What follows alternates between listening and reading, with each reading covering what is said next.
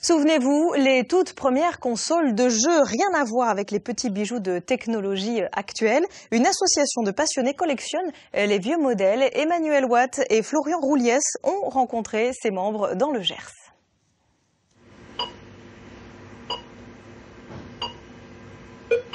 Au commencement était Pong, l'ancêtre de tous les jeux vidéo.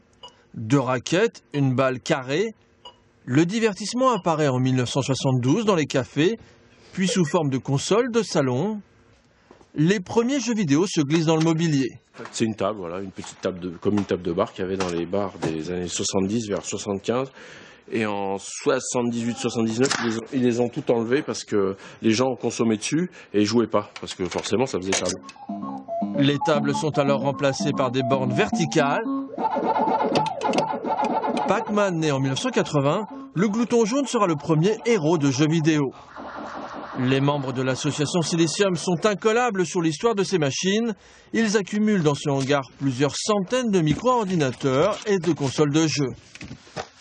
Ça fait 15 ans qu'on a commencé, et depuis qu'on a commencé, en fait, on s'aperçoit que c'est tout à fait demandé, quoi. Les gens ont envie de connaître tous ces vieux jeux vidéo qui ont soit fait leur jeunesse, soit pour les plus jeunes, alimenter ce qu'ils ont aujourd'hui, et ça permet de comprendre.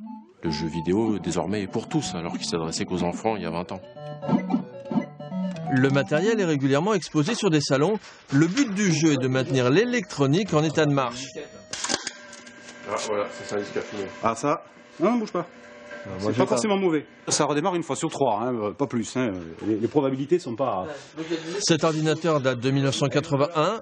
Une fois la fumée dissipée, l'engin va effectivement démarrer. Tripote-moi les boutons de contraste derrière, Paul. Beaucoup de machines proviennent de dons. L'association Silicium possède suffisamment d'exemplaires pour créer un musée de l'informatique. Considérés comme rétro, ces jeux sont de nouveau à la mode auprès de la nouvelle génération.